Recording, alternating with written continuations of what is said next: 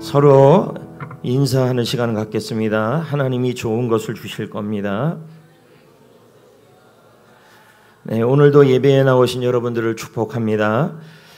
오늘부터 새로운 설교 시리즈가 시작이 됩니다. 딛고 일어서라 라는 시리즈입니다. 무엇을 딛고 일어서느냐 한다면 절망을 딛고 일어서라, 외면을 딛고 일어서라, 정죄를 딛고 일어서라, 열등감을 딛고 일어서라, 이렇게 진행이 되는 겁니다. 오늘은 첫 번째 시간으로 상실을 딛고 일어서라 라는 제목으로 말씀을 나누려고 합니다. 여기서 이 상실이라는 의미를 먼저 좀 알아야 하는데요. 상실이라는 말은 소중한 것을 잃어버리는 것, 내가 가지고 있던 것이 없어지는 것, 이게 바로 상실입니다. 그래서 우리도 살다 보면요, 너나 할 것 없이 누구나 상실을 경험하게 되는데요. 앞에 나와 있는 것처럼 관계의 상실, 꿈의 상실, 건강과 환경의 상실, 물질의 상실, 이런 상실들을 경험합니다. 관계의 상실은 사별이죠. 사별이란 말은 부모님이 먼저 하늘나라에 가셨다, 또는 가족이 누군가, 또 내가 아는 동료, 그리고 배우자가 먼저 하늘나라 가는 것을 우리는 상실이라 그럽니다. 또는 요즘에는 이혼도 많은 시대 아니겠습니까? 그러니까 이혼을 통하여 서로 간에 헤어지는 일, 이것도 상실이 되는 겁니다. 더불어서 또 소중한 사람들과 친구, 동역자, 이런 사람들과 헤어지는 것도 상실입니다. 어떻든 이것이 관계의 상실인데요. 관계의 상실입니다. 또는 꿈의 상실도 있습니다. 꿈의 상실이라는 말은, 꿈이라는 것은 우리가 가지고 있는 아주 소중한 것이죠. 근데 이것이 무너지게 되면 이것이 상실이 되는 것입니다. 또한 건강과 환경의 상실도 있는데요. 건강과 환경의 상실은 그 질병이나 사고나 환경의 변화를 통하여 상실을 경험하는 경우입니다. 더불어서 또 물질의 상실도 있죠. 재산이나 직업이나 경제적인 안정의 상실을 경험하는 것입니다. 더불어서 나이에 따라서 상실도 경험하죠. 청년이나 청소년들은 진로 또는 관계 또는 결혼, 또는 이제 결혼을 해야 되는데 결혼이 잘 안 되고, 또 이런저런 그러한 상실들을 경험합니다. 또한 중년들은 사업이나 건강의 상실을 경험하게 되고, 노년들은 자녀가 독립을 하게 됩니다. 그러면 나이가 먹어갈수록 자녀를 소중히 여겼는데 그 자녀들이 점점점 우리 곁을 떠나게 되는 것입니다. 이때 오는 자녀의 독립도 상실이 되고요. 또 은퇴를 준비하거나 은퇴 이후의 삶인데, 은퇴를 준비하는 경우에는 거의 직장을 잃어야 하거나 내가 하고 있는 일을 내가 만났던 교제하는 사람들과 점점점 멀어지게 됩니다. 그러면서 하나둘 내가 소중하게 여겼던 것들이 점점점 사라져가는 것이죠. 이때 우리는 모두 다 하나같이 상실감을 경험하는 겁니다. 이 자리에 있는 분들 중에서 이런 상실감을 경험하지 않는 분들이 없을 것입니다. 그러면서 우리는 생각합니다. 왜 이런 나에게 상실이 왔는지. 예를 들어서 왜 관계의 상실, 꿈의 상실, 또는 물질의 상실, 건강과 환경의 상실, 또 소중한 것들이 떠나가는 상실, 이런 상실이 왜 왔는지에 대해서 우리는 계속 의문을 갖습니다. 그런데 여러분, 놀라운 것은 무엇이냐면, 하나님은 우리의 가장 아픈 순간까지도 선한 목적으로 사용하신다는 겁니다. 그리고요, 본문에 나와 있는 이 아브라함이 나오는데요. 이 본문에 나와 있는 아브라함은 누구보다도 큰 상실을 경험합니다. 아브라함에게 가장 소중한 사람이 누구였냐면 롯이었습니다. 조카 롯. 이 조카 롯은 단순한 조카가 아니었습니다. 이 롯에게 아브라함은 엄청난 기대를 갖고 있었습니다. 여기 그림에도 나와 있는 것처럼, 사진에도 나와 있는 것처럼 아브라함과 조카 롯이 함께 살았던 지역이 베델과 아이 사이입니다. 그래서 위에 보면 에발산과 그리심산도 보이는데요. 그렇게 이게 큰 지역이 아닙니다. 제가 여기다가 그 현재 이 지역에 대한 그림을 좀 넣으려고 그랬더니 너무 이제 모양이 안 나서 빼버렸는데, 어떻든 이런 지역입니다. 자, 이런 상황에서 아브라함에게 롯이라는 존재가 떠나게 되는 상황, 헤어지게 되는 상황이 처해진 겁니다. 여러분, 이 롯은요, 이 롯은 부모가 아버지가 있는데 이 아버지가 하란에서, 아버지도 하란인데 하란에서 죽었습니다. 그러니까 창세기 11장에 보면 이 아버지 하란이 죽고 나서 아브라함이 이 롯을 엄청나게 기대하며 키웠습니다. 왜 그러냐면 아브라함에게는 자식이 없었습니다. 나이가 먹어가고 70세가 넘어가는데도 자식이 없으니까 아브라함 마음 한쪽에는 무슨 마음이 있었냐면 이 조카 롯이 자기의 대를 잇고 후손을 이을 사람이라는 기대를 가진 것입니다. 그리고 이 조카 롯을 엄청나게 의지했습니다. 그러면서 이 복이 나오면 동반자 역할을 하는 건데요. 이 조카 롯은 저 먼 갈대아 우르 지역이면 지금의 이라크 지역 아니겠습니까? 그 이라크 지역에서 이 베델과 아이까지 오는데 동반자였고, 그리고 외로운 곳에서의 그 마음을 나눌 수 있는 유일한 혈육이었습니다. 그러니까 여러분들 주위에 이 롯과 같은 사람들이 있죠. 뭐냐면 내가 엄청나게 기대하는 사람이 있어요. 그 사람이 대부분 엄마들은 자녀들입니다. 그러니까 이 자녀들에게 엄청난 기대를 하는데 이 자녀가 갑자기 남자친구가 생기고 여자친구가 생겨가지고 엄마 아빠하고는 별로 여행도 안 가면서 그 여자친구하고 남자친구하고 여행도 주장창 가는 겁니다. 자, 이때 오는 마음은 뭐냐면 배신감이죠.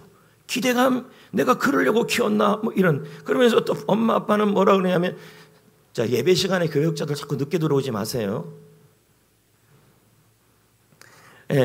부모님들이 뭐라고 얘기하냐면, 제가 왜 사는지 알아요? 다 애 보고 살아요. 이제 이렇게 얘기합니다. 남편 보고 산다는 게 아니라 애 보고 산다는 거죠. 애가 있으니까 견디고 버티겠다는 얘기입니다. 그러면 뭡니까? 그 애에 대해서 너무 기대를 하고 있다는 겁니다. 지금 아브라함이 딱 그런 상태가 돼버린 겁니다. 여러분 주위에서도 나는 저 친구는 결코 내 옆에 떠나지 않을 거야. 저 친구는 배신하지 않을 거야. 저 친구 우리 세로는 나는 그 세론에게 엄청 기대했어. 뭐 이런 형태들이 일어나는 것이죠. 이게 바로 상실입니다. 근데 롯이 이제 아브라함을 떠났는데 문제는 이 롯이 아주 나쁜 사람입니다. 왜 그러냐면 그동안 아브라함이 그렇게 키워줬는데도 그 키워진 거에 대해서 감사하다는 말도 없이 떠나버립니다. 왜 이런 일이 일어났냐면 조금 전에 봤던 그 사진에 보면 베델과 아이 사이에 그 목초지 문제가 생겼습니다. 그러니까 롯의 양들이 많았고 아브라함의 양들이 많았는데 이 양들을 싸울 때 목자들이 서로 목초지를 차지하려고 하는 과정에서 다툼이 일어났습니다. 그러니까 아브라함이 어떻게 했냐면, 야, 그럼 네가 좋은 데를 찾아라. 가라. 그랬더니 이 조카 롯이 그것에 대해서 아이고 어떻게 그런 말씀을 하실 수 있어요? 제가 저를 키워줬으니까 그러니까 아유 삼촌이 가져가셔야죠. 이렇게 얘기하지 않고 성경에 보면요, 에덴 동산 같은 곳을 택하고 가져갔다고 표현이 되고 있습니다. 그럼 아브라함 입장에서는 지금 무슨 일이 일어났냐면 사람의 손실이 먼저 일어난 게 아니라 아브라함 입장에서는 물질과 땅의 손실이 일어난 겁니다. 상실이 일어난 거죠. 거기다가 조카 롯이 뭐합니까? 떠나는 겁니다. 그렇게 아브라함이 기대했던 사람, 그렇게 아브라함이 좋아했던 사람, 그리고 아브라함의 모든 것을 다 걸었던 사람, 자기의 모든 걸 물려줄 사람이 이 롯이었습니다. 자, 그날 밤, 떠나기 전날 밤입니다. 아브라함은 잠이 들 수가 없죠. 왜요? 그동안 싸웠던 그 사람이 내일 아침에 떠나니까. 다음날 아침이 됐는데요, 이 롯이 낙타를 타고 이렇게 사라져 가는데 방울소리만 들리는데 그때 아브라함의 마음이 얼마나 복잡했겠습니까? 아마 아브라함의 마음은 이랬을 겁니다. 이제 정말 나 혼자밖에 없구나. 이제 나 혼자만 남았구나. 이걸 뭐라 그러냐면 상실감입니다. 상실감.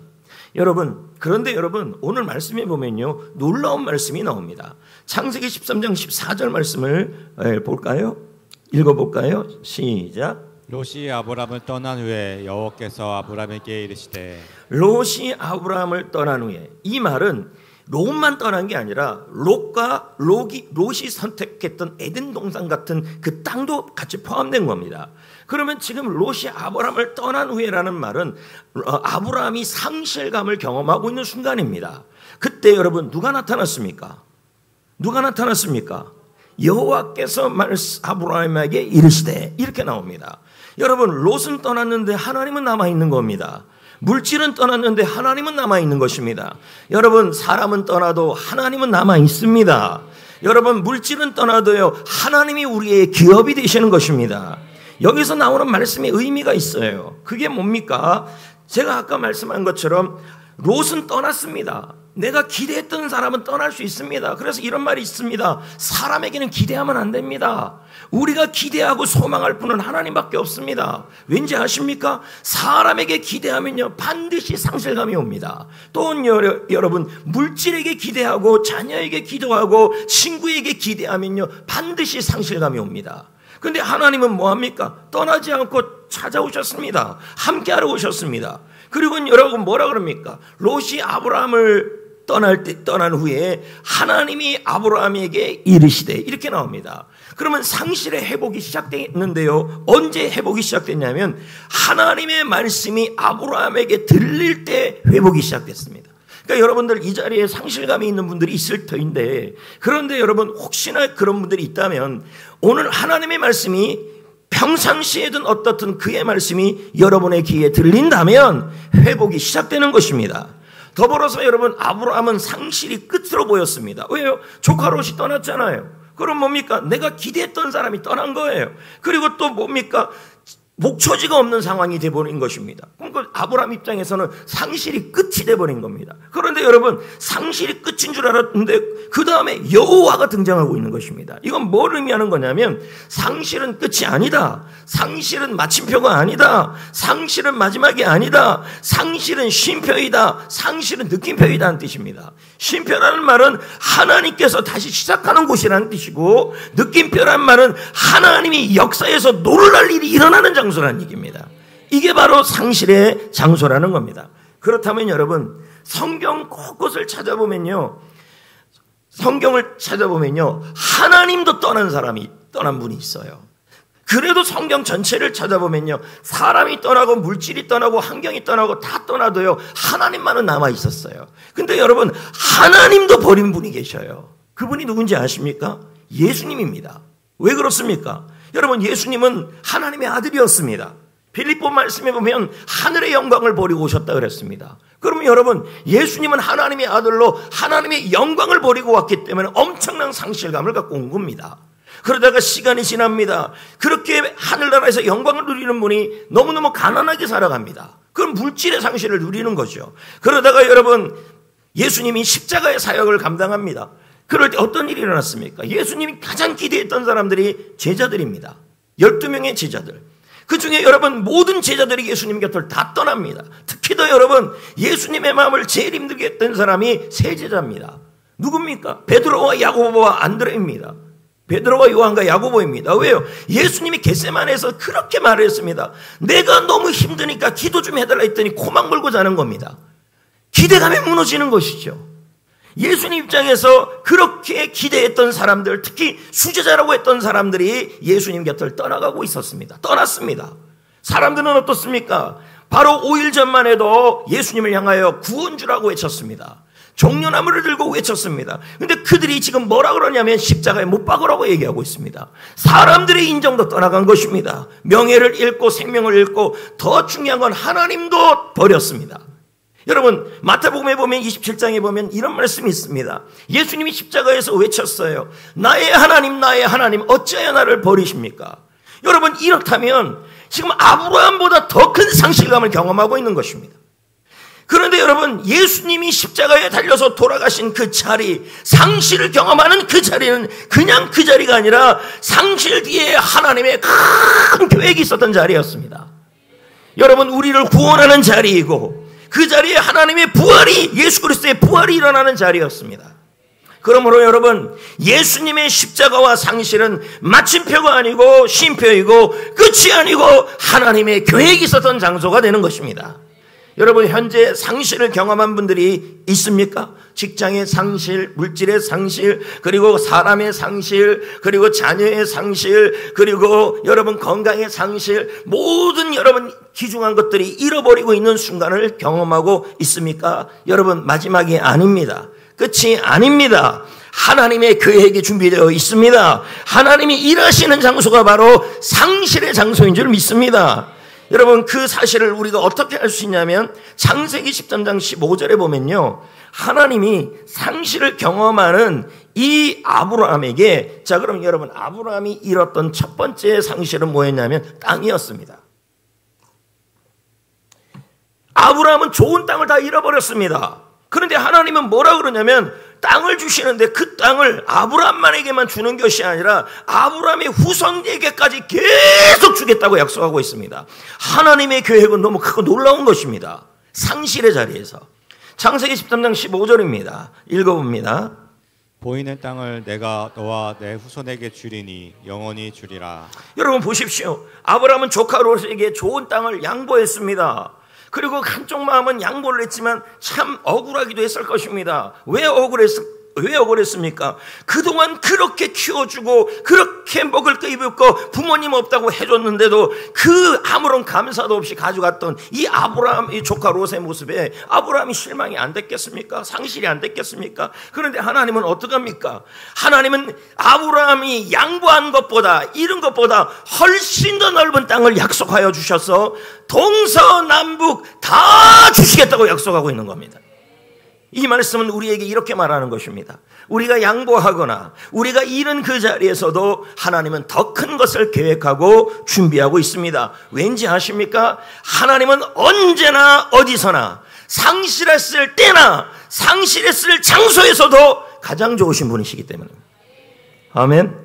여러분, 그렇다면 시편 100편 5절을 볼까요? 어떻게 나와 있는지요? 시작. 여호와는 선하시니 그의 인자하심이 영원하고 그의 성실하심이 무슨 말입니까? 하나님은 언제나 어디서나 여러분이 상실했을 때나 상실했을 때나 상실했는 장소에서도 선하시며 인자하시며 성실하시며 영원하시다고 말씀하는 겁니다. 할렐루야.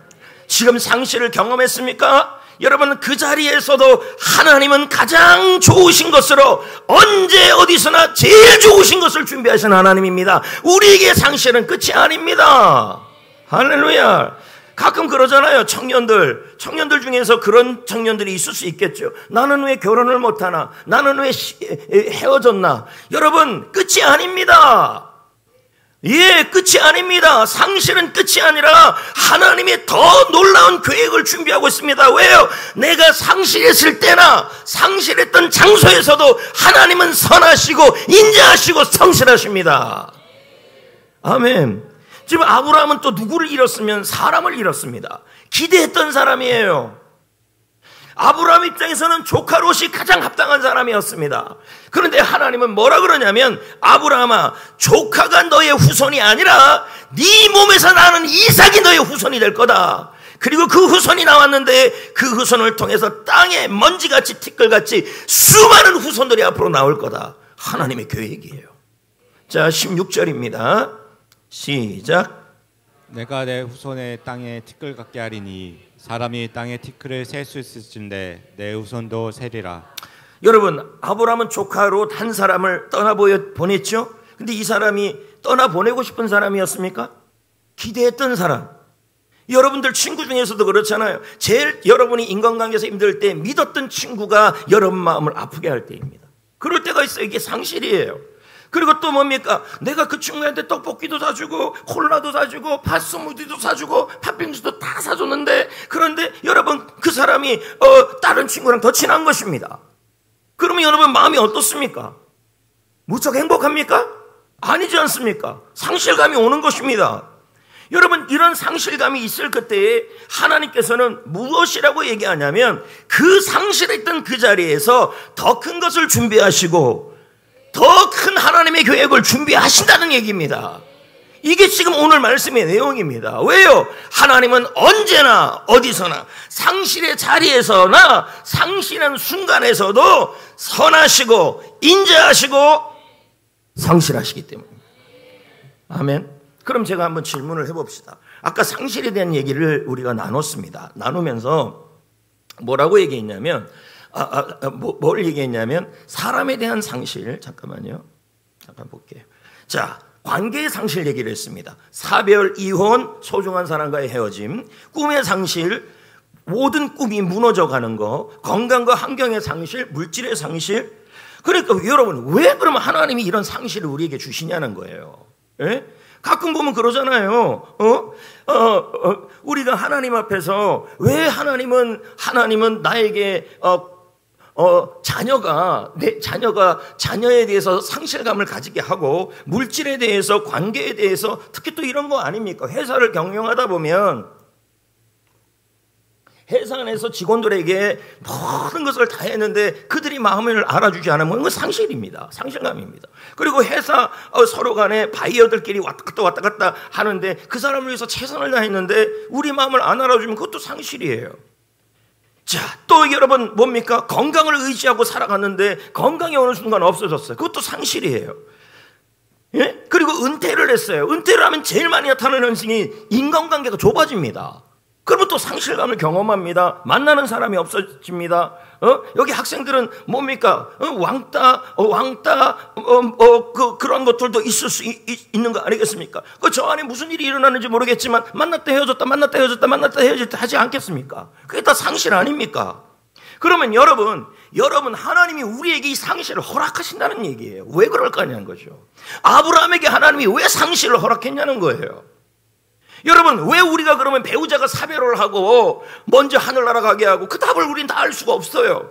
그리고 여러분, 우리가 어떨 때는 이혼도 하게 되고 끝까지 일을 겪게 됩니다. 그러면 왜 이런 상실이 허락됩니까? 물론 여러분, 우리의 잘못으로 일어날 수 있지만 하나님이 주고자 하는 메시지가 있다는 뜻입니다. 그게 뭘까요?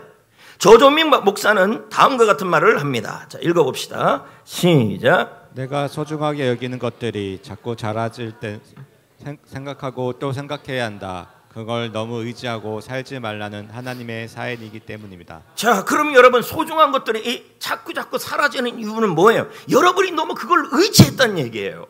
여러분이 그것에 대하여 뭐합니까? 너무 붙들었다는 얘기예요. 그 사람이 아니면 안 된다. 그 물질이 아니면 안 된다. 그 회사가 아니면 안 된다. 그러면서 여러 가지 여러분, 우리가 그런 것들을 너무 붙들고 살았다는 얘기입니다. 자녀도 마찬가지입니다. 내가 제일 조심해야 될 말이 뭐냐면 자녀 보고 산다는 말입니다. 여러분, 아닙니다. 자녀 보고 어떻게 삽니까? 걔네들이 여러분 끝까지 함께 하지 않습니다. 여러분, 때로는 하나님이 우리를 무언가를 거두어 가실 때가 있습니다. 왜 거두어 가십니까? 우리가 진짜 붙들어야 될 분이 누군지를 알려주기 위해서입니다. 여러분, 우리의 의지의 대상을 바꾸라는 것입니다. 사람이 아닙니다. 물질이 아닙니다. 직장이 아닙니다. 건강이 아닙니다. 직장을 잃을 때 여러분, 직장이 여러분을 의지하고 끝까지 붙들어주는 게 아니라는 겁니다. 그럼 뭡니까? 하나님이 우리에게 뭘 알려주시는 것입니까? 사람이든 물질이 아닌 오직 하나님만을 붙들고 살라는 것입니다. 그래서 때로는 상실을 경험하게 합니다. 왜요? 하나님만은 떠나지 않기 때문이에요. 하나님만은 남아있기 때문이에요. 하나님만을 붙들으라는 거예요. 그래서 기대를 자꾸 무너뜨리는 거예요. 자식에 대한 기대, 물질에 대한 기대, 건강에 대한 기대, 사람에 대한 기대, 그걸 무너뜨리는 겁니다. 이 자리에서 교회 사역을 할 때도 그렇지 않습니까? 이 사람에 대한 기대를 했지만 기대가 수없이 무너집니다. 예수님처럼요. 예수님의 마음을 제일 아프게 했던 사람이 3명입니다. 베드로와 요한과 야고보.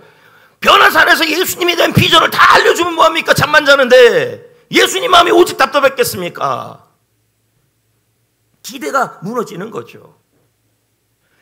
여러분, 사람에 대해서는 기대할 수가 없습니다.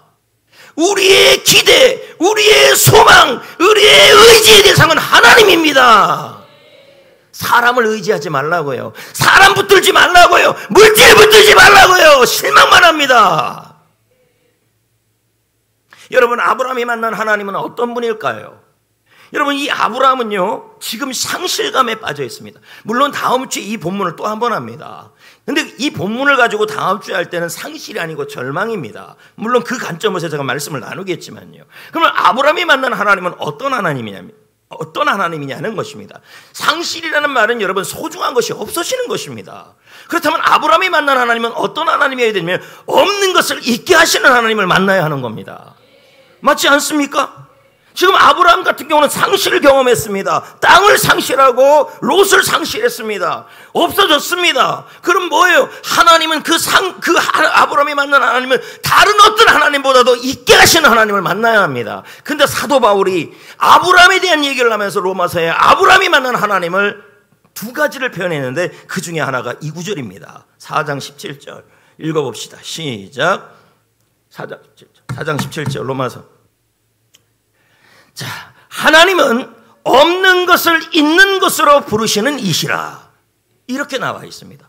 여러분, 하나님은요, 없는 것을 있는 것으로 부르신다는 말은 내가 상실한 것을 하나님은 다시 가장 좋은 것으로 있게 하여 주시는 분이시라는 뜻입니다. 말씀으로 오셨잖아요. 그건 뭡니까? 나와 함께 하시고 내 안에 계시고 그리고 나를 있게 하여 주시는 하나님. 그러므로 여러분, 하나님만 있으면 다 있는 것입니다. 할렐루야. 사람을 잃어도 하나님이 계시고 물질을 잃어도 하나님이 계시면 다 있는 겁니다. 왜요?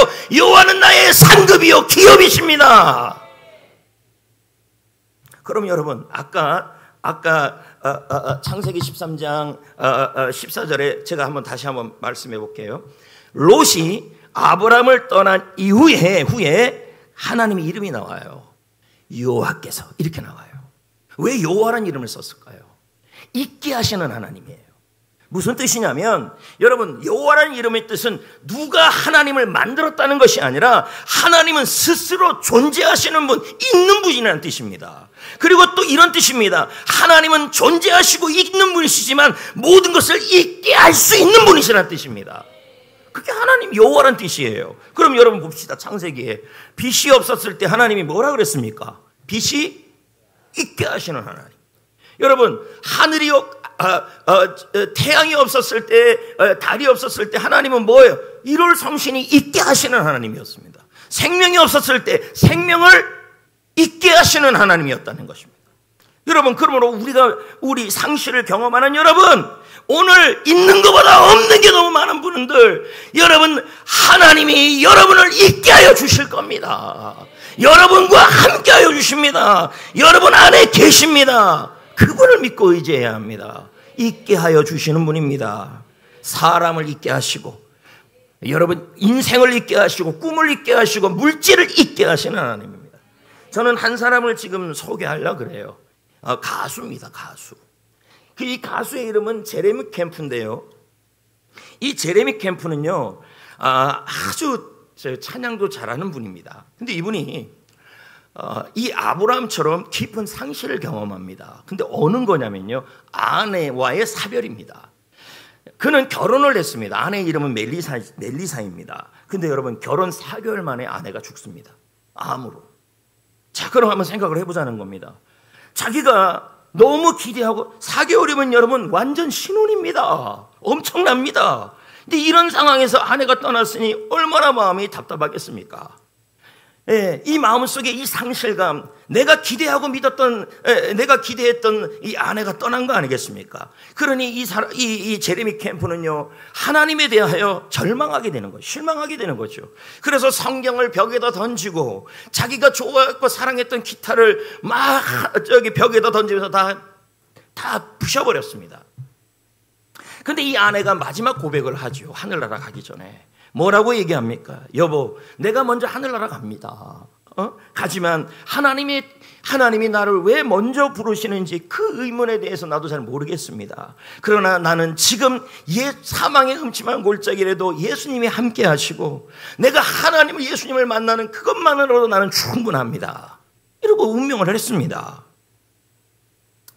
제레미 캠프가 그래도 힘이 나겠습니까? 그런데 하나님께서 아까도 제가 뭐라 그랬습니까? 롯이 아브라함을 떠난 이후에 여호와께서 이르시되 이렇게 했습니다. 그럼 여러분, 이 제레미 캠프가 언제 일어나게 된지 아십니까? 하나님께서 그에게 말씀을 하셨습니다. 말씀을 하시고 난 이후에 그가 회복이 됐습니다. 이 말은 하나님의 말씀이 그에게 들려왔다는 뜻입니다.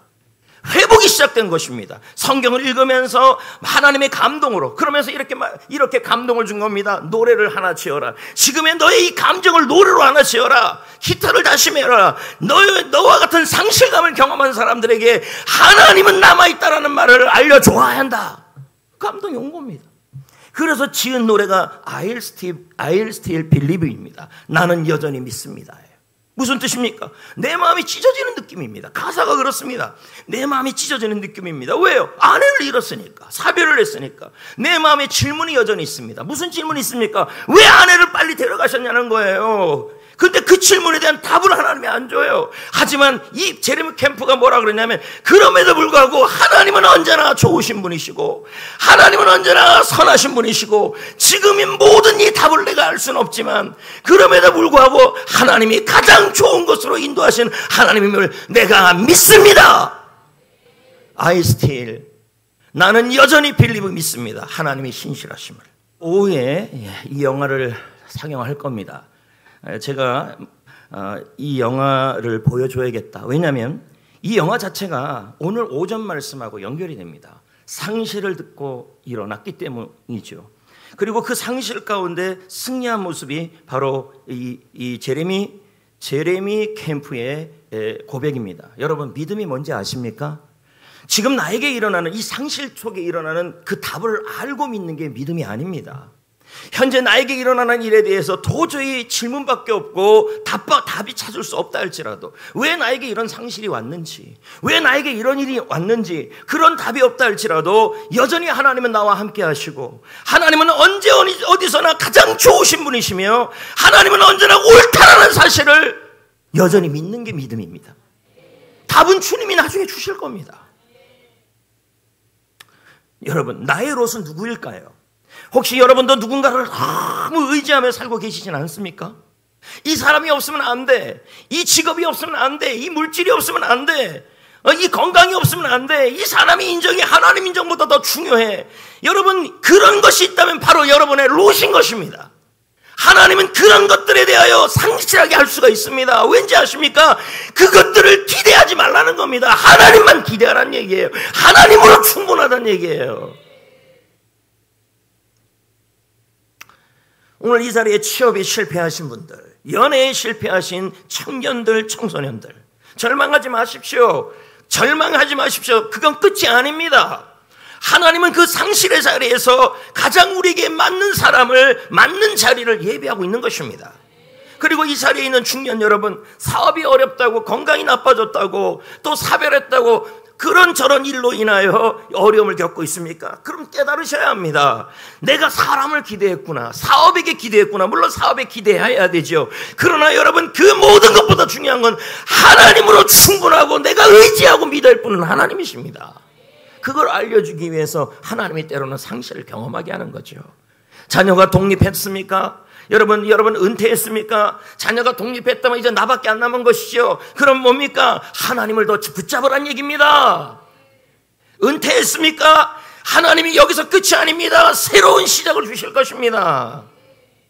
여러분, 기억합시다. 상실의 고통도 지나갑니다. 지금의 이 상황도 지나갑니다. 왜요? 하나님은 영원하시고 고통은 일시적인 것입니다. 아브라함의 상실도 지나갔습니다. 예수님의 십자가의 고통도 지나갔습니다. 모두 지나갑니다.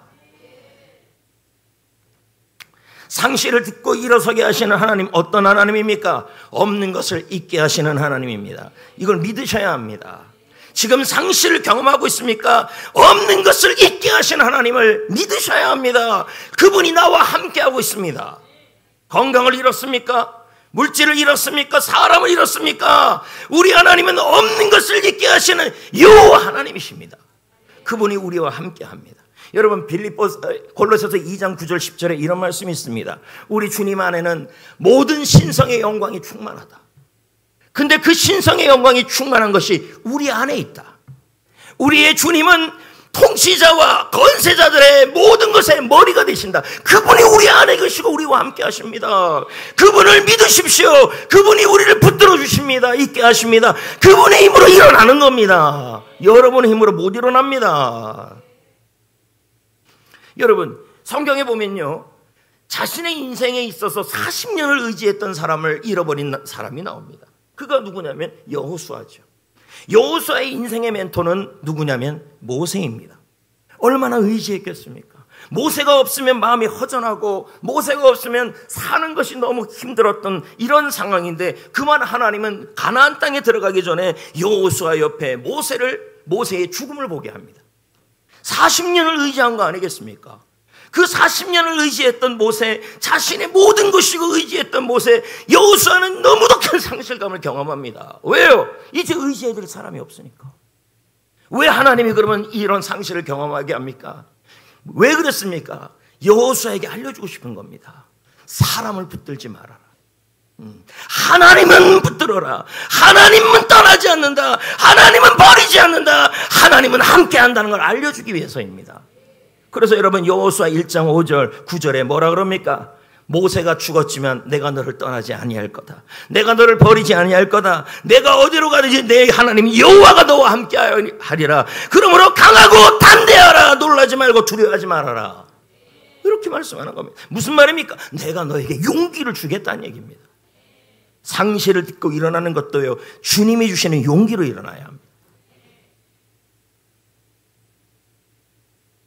여러분, 창세기 13장 14절에 보면요, 자, 본문 말씀이 이렇게 나와 있습니다. 롯이 아브라함을 떠난 후에 여호와께서 아브라함에게 이르시되 너는 눈을 들어라고 나옵니다. 그리고 뭐라 그럽니까? 동서남북을 바라보라 그럽니다. 그리고 15절에 뭐라 그럽니까? 바라보고 보는 땅을 주겠다 그럽니다. 그럼 뭡니까? 하나님은 상실의 곳에서 약속을 준비하고 있습니다. 새로운 준비, 새로운 계획. 그런데 뭐예요? 계속 절망하고 있으면 안 된다는 얘기입니다.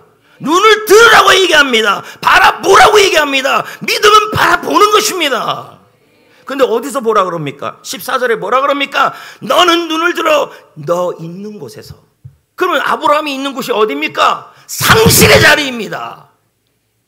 내가 잃어버린 그 자리에서 절망하고 있지 말고 믿음으로 나아가라는 겁니다. 뭐요? 하나님이 함께하고 있다. 하나님이 남아있다. 하나님이 용기를 주신다. 하나님이 있게 하신다. 이 사실을 믿고 나아가라는 얘기예요. 그럴 때 하나님이 뭐합니까? 주신다는 거예요.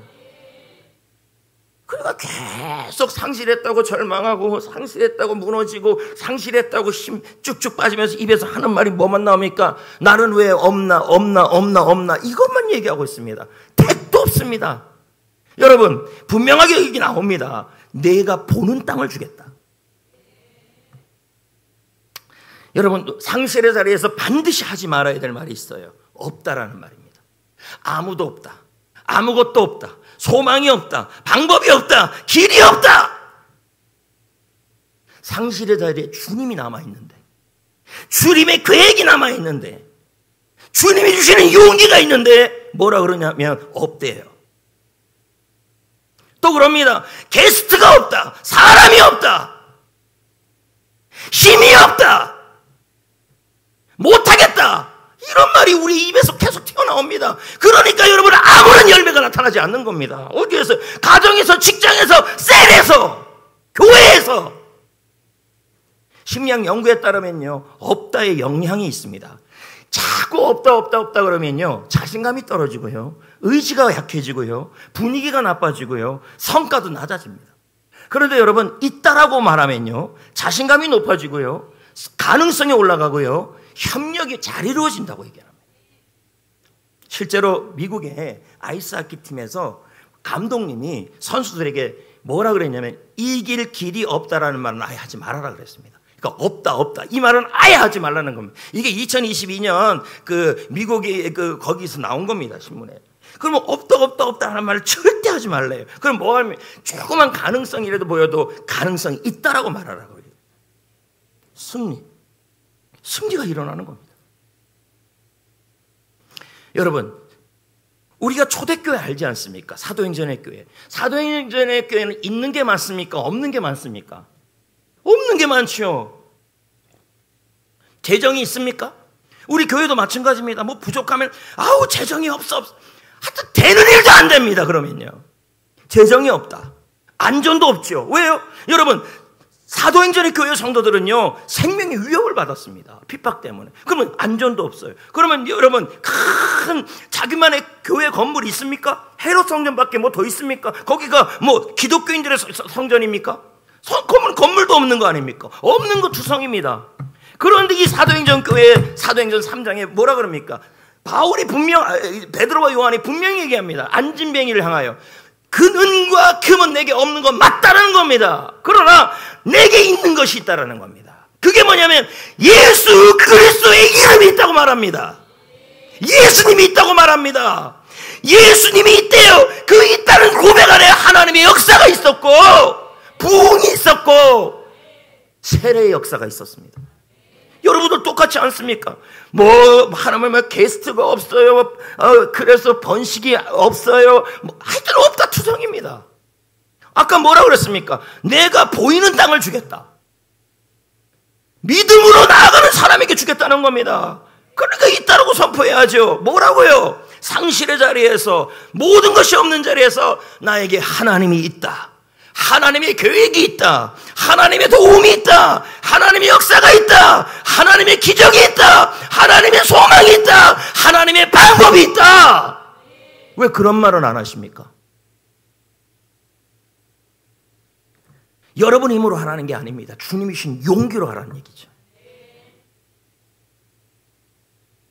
우리 교회도 마찬가지입니다. 재정도 없을 수 있죠. 시설이 부족할 수도 있죠. 전도 대상자가 없을 수 있죠.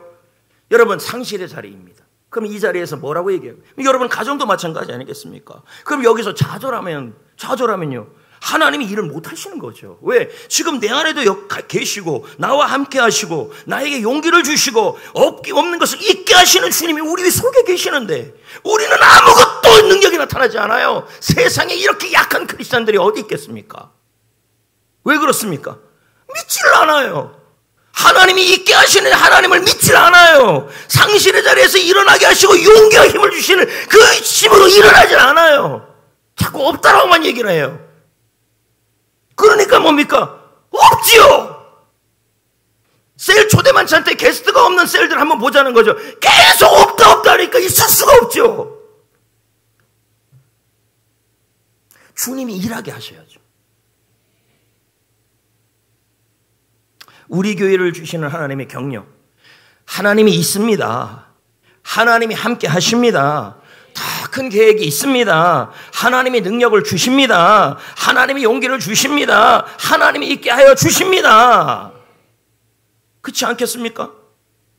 이번 주 여러분 한번 실천해 봅시다. 없다라는 말을 금지하시고 있다라는 말을 해보자는 거죠. 있다. 하나님이 있다. 하나님의 계획이 있다. 두 가지만이라도 해보십시오. 상실 앞에 내 주위에 아무것도 없어서 너무 외롭습니까? 나는 하나님이 있다. 내 미래가 안 보입니까? 하나님의 계획이 있다. 모든 것이 지나간 후 남는 게 있다. 하나님의 있다. 이제 말씀을 맺겠습니다. 여러분 한 주간 동안 여러분의 가슴에 이 문장을 붙잡고 승리하셔야 합니다. 하나님은 상실 가운데서도 여전히 선하십니다. 더 나은 계획을 예비하고 있습니다. 그러므로 어떻게 해야 됩니까? 하나님이 주신 용기로 상실 가운데 일어나야 하고 하나님이 주신 믿음으로 여러분 없다가 아니라 있다를 선포하셔야 합니다. 그럴 때 보이는 땅을 여러분에게 주실 겁니다. 하나님이 있다. 하나님의 계획이 있다. 하나님의 용기가 있다. 그걸 자꾸 묵상하셔야 합니다. 레마 찬양 부릅시다.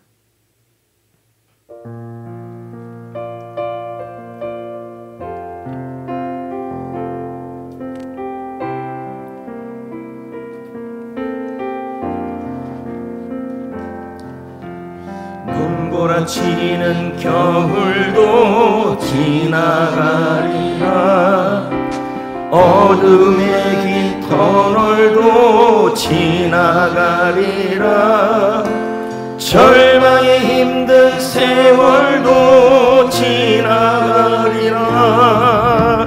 바람처럼 지나가리라. 내 앞에 모든 상황도 지나가리라.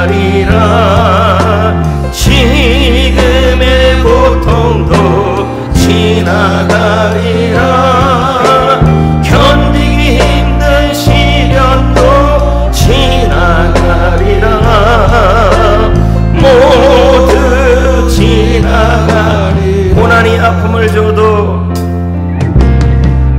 고난이 아픔을 줘도 남는 게 있다. 슬픔이 눈물을 줘도 남는 게 있다. 실패가 낙심을 줘도 남는 게 있다. 내 삶 속에 남는 게 있다. 모든 것이 지나간 후 남는 게 있다. 하나님이 베푸신 은혜가 있다. 모든 것이 지나간 후 남는 게 있다. 하나님의 사랑이 고난이 아픔을 줘도 고난이 아픔을 줘도 남는 게 있다. 슬픔이 눈물을 줘도 남는 게 있다. 실패가 낙심을 줘도 남는 게 있다. 내 삶 속에 남는 게 있다. 모든 것이 지나간 후 모든 것이 지나간 후 남는 게 있다. 하나님이 베푸신 은혜가 있다. 모든 것이 지나간 후 남는 게 있다. 하나님의 사랑 모든 것이 지나간 후 모든 것이 지나간 후 남는 게 있다. 하나님이 베푸신 은혜가 있다. 모든 것이 지나간 후 남는 게 있다. 하나님의 사랑이 있다. 모두 두 손을 모으시고 가슴에 손을 얹으시길 바랍니다.